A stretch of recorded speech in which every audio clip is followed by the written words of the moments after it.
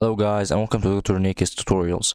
In this video we are going to learn how to open a whiteboard for explanations, for lessons, for anything in Zoom meeting. So let's get started. Let's open the Zoom meeting from here.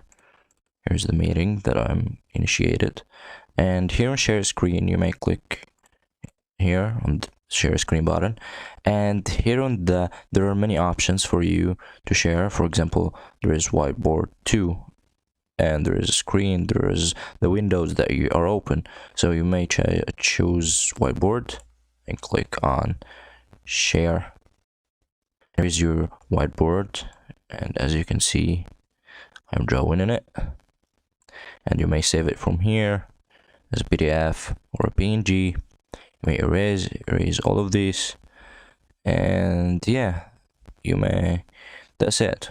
Hope you guys enjoyed the video. If you have any questions, write down below in the comments. Don't forget to like, share, subscribe, and goodbye.